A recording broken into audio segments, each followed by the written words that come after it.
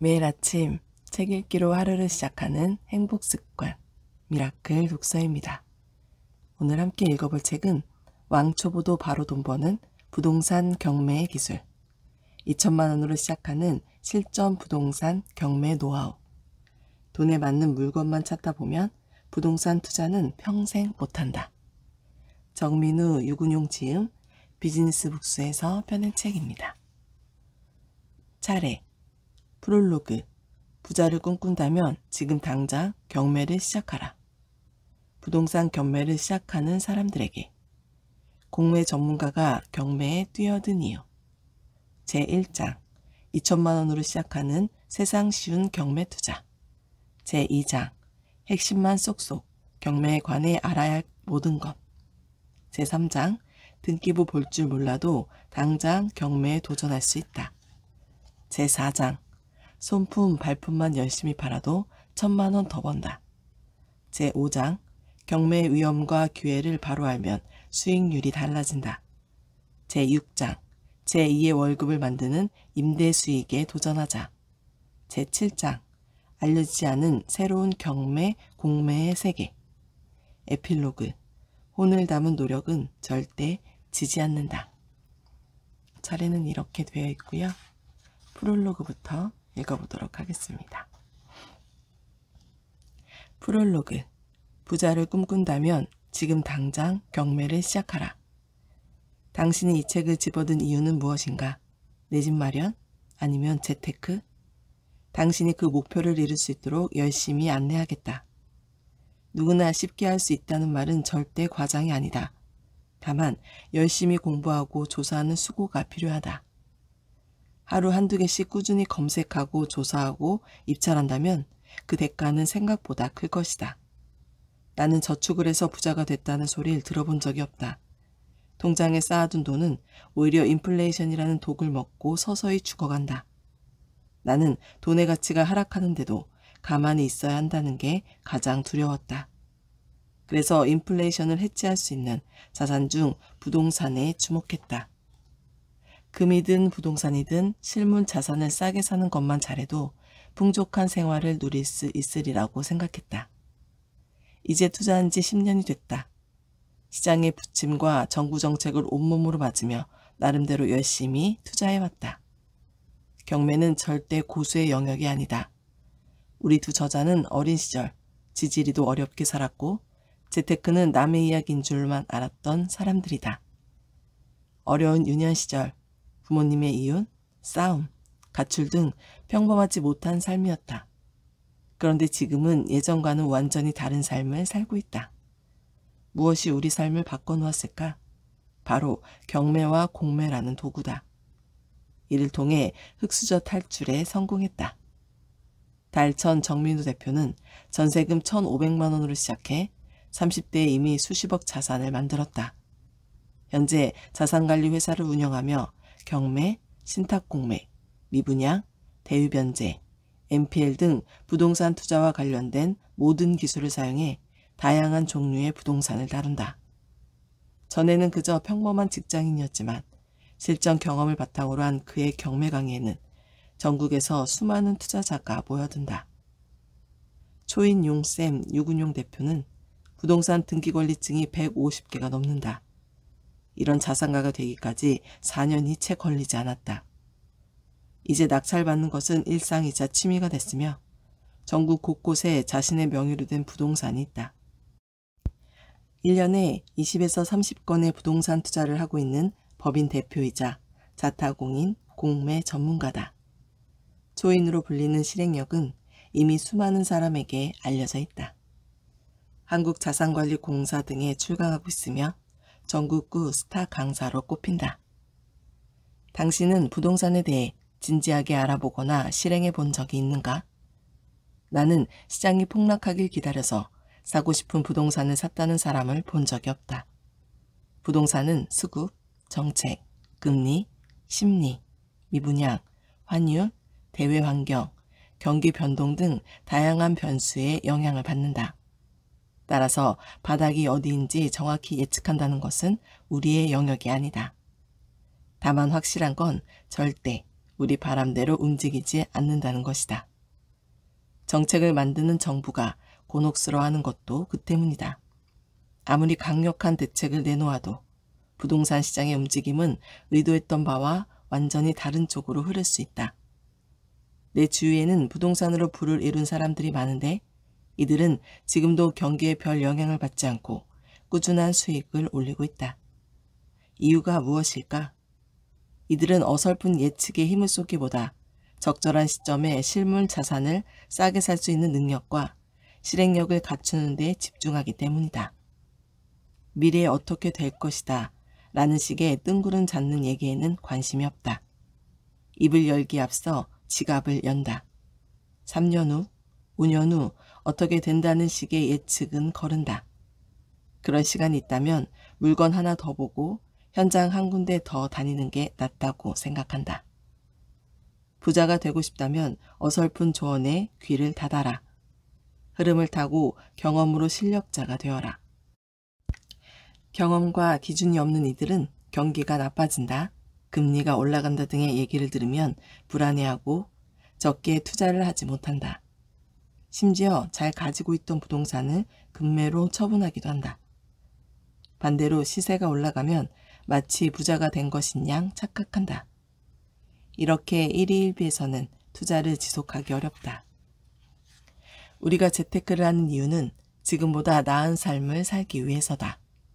좋은 교통과 학군, 각종 편의시설이 있는 쾌적한 주거 환경에 산다면 분명 삶의 질이 높아진다. 그런 부동산은 장기적으로 물가 상승률 이상으로 가치가 올라가며 은퇴 후 그 부동산을 통해 받을 수 있는 평생의 연금액도 달라진다. 저축은 자산 증가 속도가 더디다. 다른 방법을 찾아봐야 한다. 약간의 종잣돈으로 안전마진을 확보할 수 있는 경매와 공매가 충분히 그 대안이 될 수 있다. 경매는 채권자에게는 채권 회수의 기회를, 채무자에게는 빚을 탕감받는 기회를 선사한다. 한정된 자원이 아니라 지금 이 순간에도 새로운 물건이 계속 나오고 있다. 자본주의 사회를 돌아가게 하는 마르지 않는 샘물이다. 나에게 필요하거나 현 상황과 맞는 부동산을 찾아내 내가 원하는 수익률에 맞춰 입찰하면 되는 게임이다. 운에 기댄다는 것이 아니라 매입 가격을 내가 정하는 합리적인 게임이다. 우리는 초심으로 돌아가 초보 입장에서 경매 투자에 필요한 지식과 마인드, 실제 사례를 통한 접근법을 이 책에 담고자 했다. 경매는 비단 투자를 하기 위해서만이 아니라 자본주의 사회를 살아가기 위해서도 알아야 한다. 내 재산을 만들고 늘리고 전월세 보증금을 지키기 위해 반드시 알아야 할 필수 지식이다. 시중에 경매 관련 책이 많지만 대부분 권리 분석에 치우쳐 있다. 나는 무엇보다 효율성을 중요하게 여긴다. 30분을 투자한다면 1,000만 원은 남아야 속이 편하다. 실제로 아파트 사건은 검색하는 데 10분, 시세 조사하는 데 10분, 입찰가 산정하는 데 10분이면 충분하다. 단 한 번의 낙찰로도 몇 달치 월급을 충분히 넘어설 수 있다. 물론 입찰하는 족족 낙찰 받으라는 기대는 하지 않으며 다양한 부동산에 끊임없이 입찰하고 낙찰받는다. 이를 반복하며 내가 경제적 자유를 잃었고 수많은 독자와 수강생들이 경매를 알고 나서 삶이 바뀌었다. 실패의 두려움 때문에 부자가 될 기회를 놓치고 말 텐가? 아무리 많은 지식을 갖추고 있더라도 실행하지 않으면 늘 그 자리다. 당신에게 필요한 것은 지식보다 실행력이다. 두껍고 어려운 책은 치우자.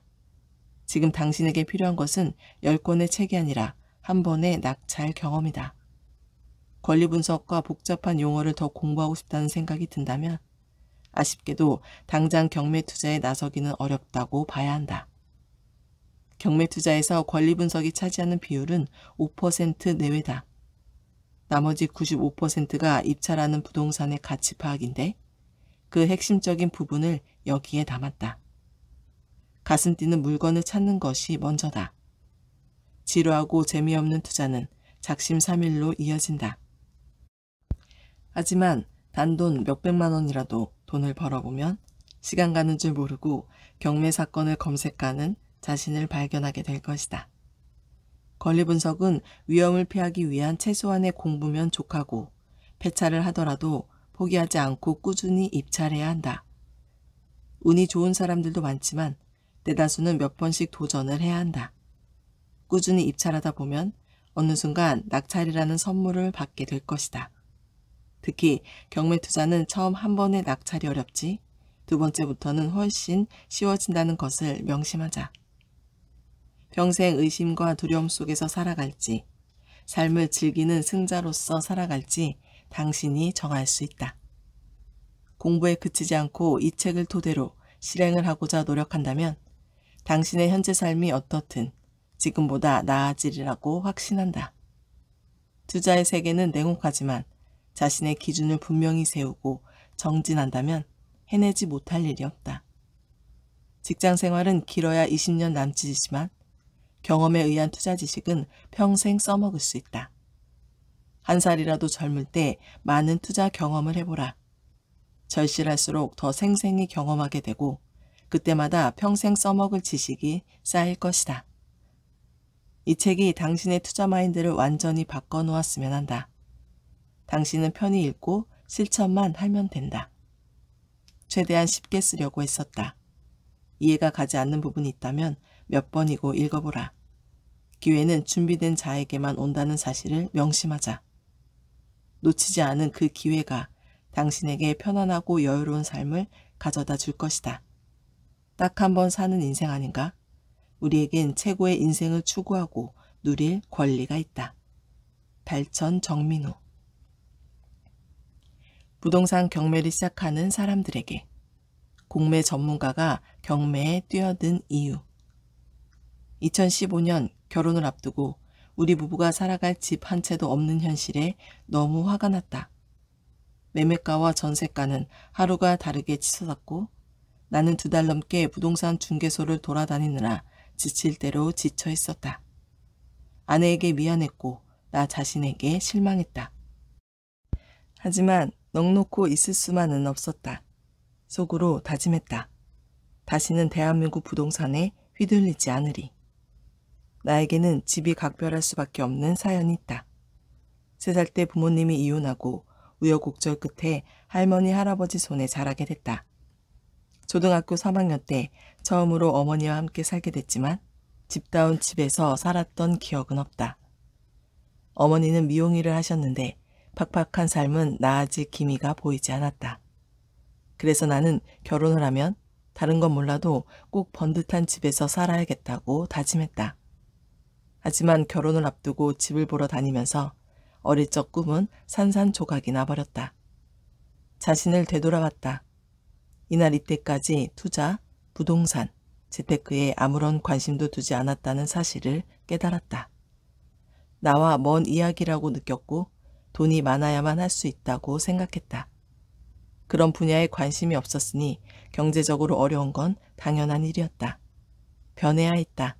돌파구를 찾아야 했다. 나만의 돌파구는 서점이었다. 서점으로 달려가 부동산과 재테크 관련 책들을 닥치는 대로 읽었다. 신간과 구간 가리지 않고 계속 읽어나갔다. 새로운 세상이었다. 막연하고 어렵게만 느껴지던 일들이 조금씩 분명히 보였다. 그와 함께 두려움도 조금씩 사라졌다. 책을 읽는 것에서 그치지 않았다. 저자들에게 감사 메일을 보냈고 기회가 될 때마다 만나려고 노력했다. 책뿐 아니라 사람을 통해 제대로 배우고 싶었기 때문이다. 노력과 시간이 쌓이자 어느 순간 지식이 쌓이는 게 눈에 보였다. 부동산 투자에서 가장 중요한 건 발품이라는 깨달음도 얻었다. 발품 불패. 발로 뛰면서 직접 겪어 얻은 정보와 실력은 절대로 헛되지 않다라는 원칙이 섰다. 그렇게 노력한 결과 9개월 뒤 갭 투자를 통해 소형 아파트를 구입할 수 있었다. 2015년 당시는 갭 투자 광풍이 불던 시기로 새로 나오는 책은 모두 갭 투자와 관련된 것이었다. 갭 투자만 잘하면 금방 경제적 자유를 얻을 수 있을 것만 같았다. 이런 기대감이 무너지기까지 그리 오랜 시간이 걸리지 않았다. 정권이 바뀌면서 본격적으로 부동산 규제가 시작됐다. 하루가 멀다고 규제 또 규제였다. 처음 부동산을 시작했을 때처럼 다시 고민에 빠졌다. 정부 정책에 심하게 영향을 받는다면 내 소중한 투자금을 상당 부분 날릴 수도 있어. 정부 정책에 영향을 받지 않고 투자를 해나갈 수 있는 방법은 없을까? 질문을 던지며 새로운 투자 방법을 찾기 위해 고민하고 또 고민했다. 그렇게 토지 공부와 주식 공부를 시작했고 직장인이다 보니 전자 입찰이 가능한 공매 투자에 올인하기로 마음먹었다. 공매는 정말 신세계였다. 컴퓨터와 범용 인증서만 있으면 전국 어디서든 간편하게 입찰할 수 있었기 때문이다. 다른 투자 방법보다 경쟁이 덜하고 수익이 높다는 이야기를 듣고 본격적으로 소액 토지 투자를 시작했는데 공매를 만난 건 정말 탁월한 선택이었고 인생의 결정적 순간이었다. 그렇게 1년 넘게 소액 토지 투자에만 빠져 있다가 우연히 달천 정민우 대표님을 알게 됐다. 블로그에 누군가가 내가 출간한 일독일행 독서법을 잘 읽었다며 댓글을 달았길래 아이디를 타고 넘어가 보니 정민우 대표님의 블로그였다. 관심사가 온통 재테크뿐이었는데 부동산 경매 투자 강의하는 분이 직접 블로그까지 찾아와 준 것이 무척 기쁘고 반가웠다. 블로그 댓글로 소통하다가 어느 날 직접 만나기로 약속을 잡았다. 알고 보니 대표님 사무실이 내가 살고 있는 곳과 10분 거리도 되지 않았다. 그렇게 인연이 시작됐고 지금은 강연도 함께하며 발품 불패 카페를 공동으로 운영하고 있다. 달 대표님 달천과 나 용쌤은 같은 듯 다른 스타일을 가지고 있다. 그래서 서로 더욱 끌렸던 것 같다. 일테면 이런 식이다. 달천은 경매, 용쌤은 공매. 달천은 수익형 및 주거용 부동산 투자, 용쌤은 토지 및 지분 투자. 서로 다른 영역에서 활발히 활동하다가 하나로 합쳐지니 그 시너지 효과는 상상 이상이었다. 서로의 수업을 들으며 큰 충격을 받기도 하고 서로 부족한 부분을 채워주며 점점 완전체가 되어가고 있는 느낌이다. 익숙함을 벗어던지기란 쉬운 일이 아니다. 나 역시 주거용 부동산과 수익형 부동산에도 투자해보고 싶었지만 익숙하지 않다 보니 계속 뒷전으로 밀어놓고 있었다. 하지만 언제까지고 밀어둘 수만은 없는 노릇이었다. 한 단계 발전하려면 새로운 분야에 도전해야 했다. 큰 용기를 내어 정 대표님에게 이렇게 선언했다. 형님, 2018년이 끝나기 전에 반드시 주거용 부동산을 낙찰받겠습니다. 그렇게 다짐한 후 경매로 주거용 부동산을 낙찰받기 위해 부단히 노력했다. 몇 번의 폐찰이 이어졌다. 그러다가 2018년 12월 24일 크리스마스 이브 드디어 인천 가정동에 있는 44평 아파트를 낙찰받는 데 성공했다. 2등과는 입찰가에서 700만 원 차이가 났다. 한 해 마지막 날을 불과 일주일 남겨두고 마침내 약속을 지킨 것이다. 한 번의 주거용 부동산 낙찰 경험이 밑거름이 되어 지금은 공매, 경매를 오가며 꾸준히 낙찰받아 수익을 얻고 있다. 새로운 가치를 창출할 수 있는 파이프라인을 또 하나 만든 것이다. 정민우 대표님이라는 귀인을 만나지 않았다면 공매만 쳐다보며 우물한 개구리처럼 살았을지도 모른다. 공매에 비해 경매는 물건 개수부터 비교가 되지 않을 만큼 많다. 개수가 많다는 건 그만큼 수익을 낼 기회가 많다는 것이다. 내가 경매를 시작할 수 있도록 자극을 주고 격려해준 정 대표님께 진심으로 감사드린다. 그리고 이 책을 통해 내가 얻은 깨달음과 가르침을 독자에게 전해주어 더 많은 투자자들이 부동산 경매를 보다 쉽게 시작할 수 있기를 바란다. 정 대표님의 경매 이론과 내가 겪은 좌충우돌 경매 투자 에피소드들을 통해 간접 경험과 지식을 모두 얻을 수 있을 것이다. 조인용쌤 유근용 제1장 2천만 원으로 시작하는 세상 쉬운 경매 투자. 2천만 원만 있어도 부동산 경매는 할 수 있다. 진짜 필요한 것은 돈이 아니라 바로 뛰어들 수 있는 실행력이다. 2021년 매물이 쏟아져 나온다. 부동산을 싸게 사는 안전한 방법, 경매. 경매를 활용하면 부동산을 시세보다 싸게 살 수 있을까? 그렇다.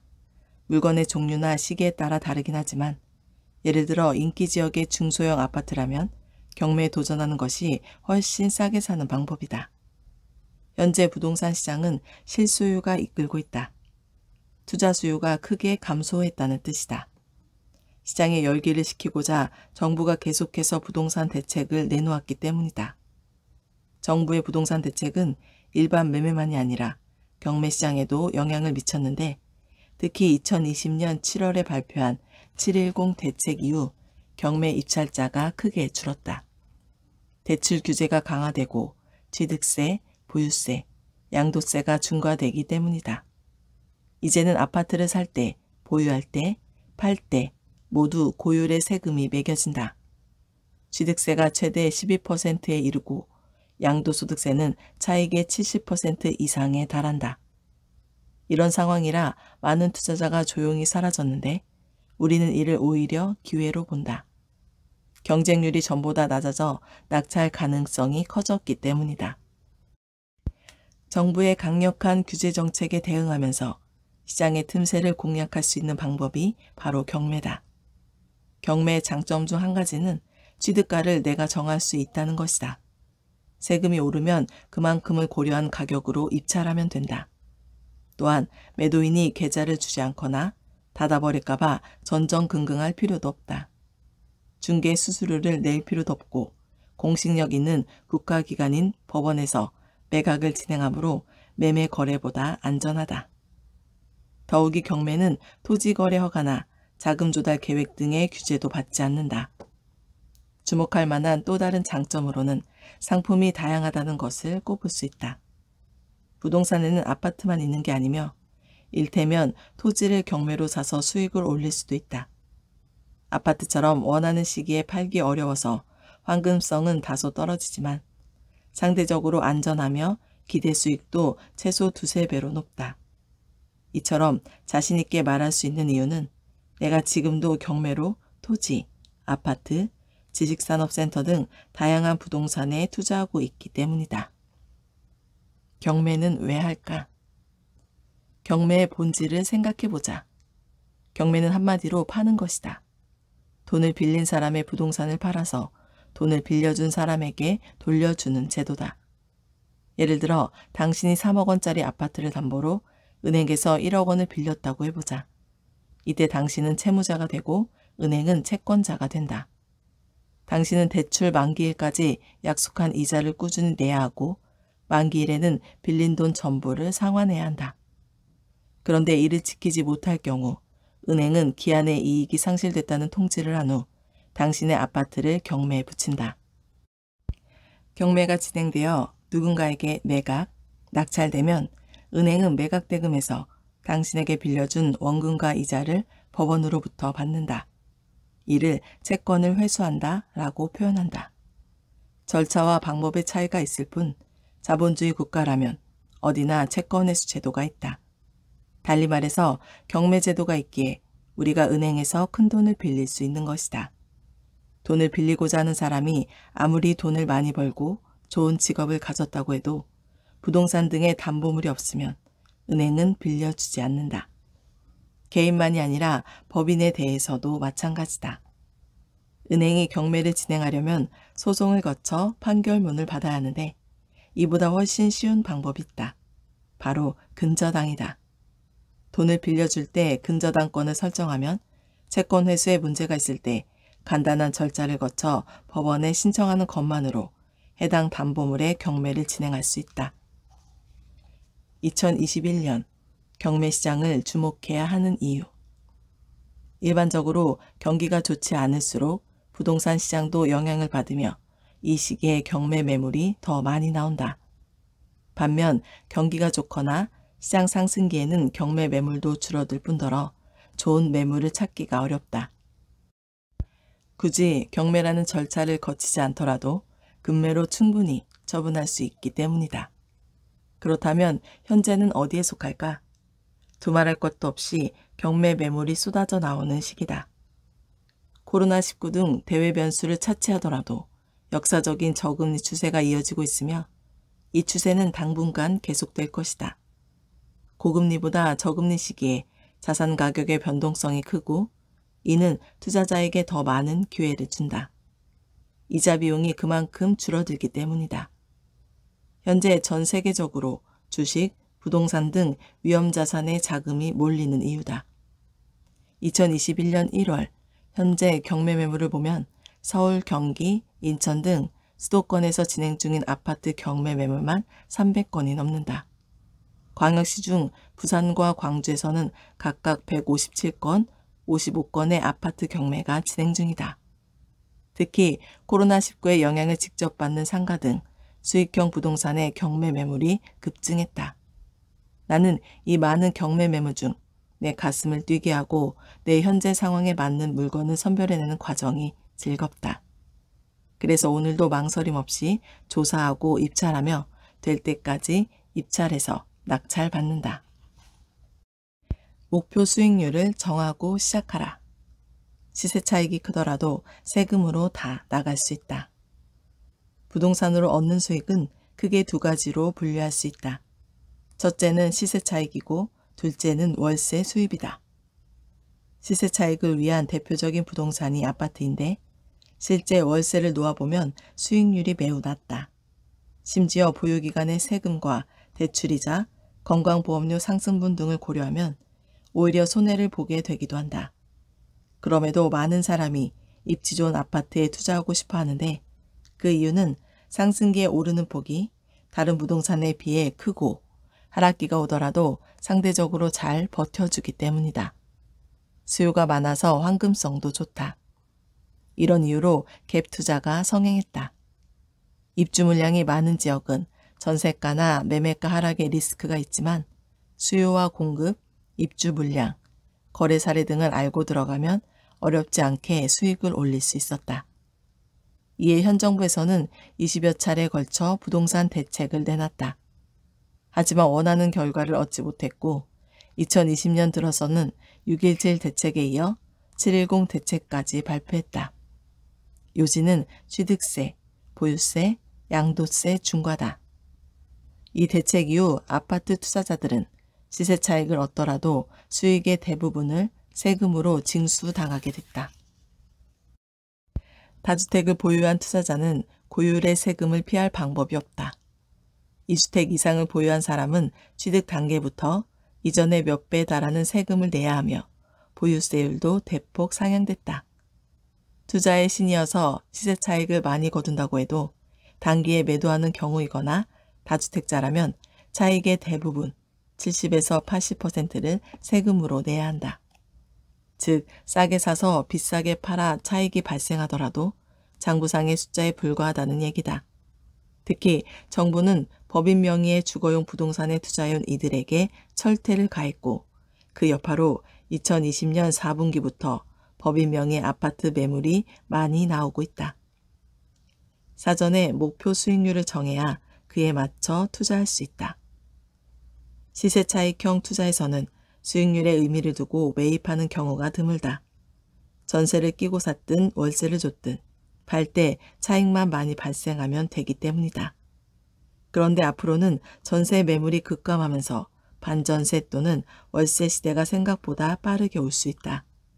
집주인은 임차인에게 세금 상승분을 전가하려고 할 것이고 정부는 필사적으로 막으려 할 것이다. 더욱이 민간 공급자들이 당분간 공급을 하지 않을 가능성도 크다. 반면 임대수익형 부동산 투자는 이와 다르다. 애초에 취득 목적이 월세를 받는 것이기 때문이다. 시세 차익도 추후 고려사항이 될 수는 있지만 가장 중요한 것은 보유 기간의 수익률이다. 따라서 부동산이 매입하기 전 목표 수익률을 반드시 정해야 한다. 그래야 목표에 맞춰 투자에 나설 수 있다. 예를 들어 당신이 1억 원을 투자해 연 6%의 수익률을 목표로 한다고 해보자. 그러면 오피스텔에 투자하고자 할 때 월세가 최소 50만 원은 나와야 한다라는 기준을 세울 수 있다. 왜 수익률에 신경 써야 할까? 현재 서울 역세권 오피스텔 중에는 6% 수익률이 나오는 상품이 없다. 그러면 그냥 포기해야 할까? 아니다. 몇 가지 방법이 있다. 수도권 또는 지방으로 눈을 돌린다. 공시률이 높아질 수 있으므로 리스크가 커진다는 단점이 있다. 상가, 지식산업센터 등 대체 상품을 찾는다. 주거용에 비해 리스크가 크다. 기대 수익률을 낮춘다. 일테면 6%에서 5.5%로 현실적이지만 욕심을 버리기가 쉽지 않다. 경매, 공매, 금매 등을 활용해 싸게 사려고 노력한다. 다양한 매입 루트가 필요하다. 수익형 부동산, 즉 월세를 받을 수 있는 상품으로 대표적인 것이 상가, 오피스텔, 지식산업센터다. 그중 상가의 수익률이 가장 높고 그 다음 지식산업센터, 오피스텔 순이다. 수익률이 높다는 것은 그만큼 리스크도 크다는 뜻이고 반대로 수익률이 낮다는 것은 리스크가 적다고 보면 된다. 예를 들어 서울의 초역세권 오피스텔은 아파트를 대체할 수 있는 투자 상품으로 인기인데 수익률이 낮은 반면 안전하기 때문이다. 상품별로 수요에서도 차이가 나타난다. 상가는 주로 장사를 하는 개인 또는 개인 사업자, 지식산업센터는 주로 법인 사업자가 임차인이 된다.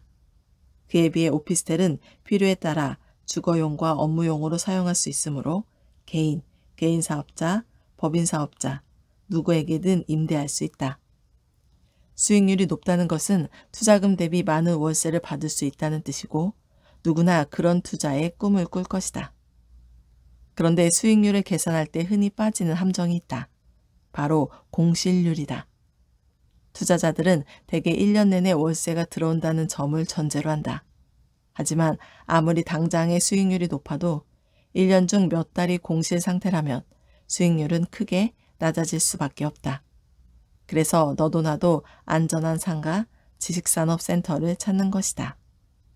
코로나19 여파로 2020년 3월 빅컷이 단행돼 기준금리가 1.25%에서 0.75%로 낮아졌다. 이후 불과 2개월 만에 0.5%로 더 떨어져 현재까지 그 수준을 유지하고 있다. 금리가 하락한다는 것은 돈의 가치가 그만큼 떨어진다는 뜻이다.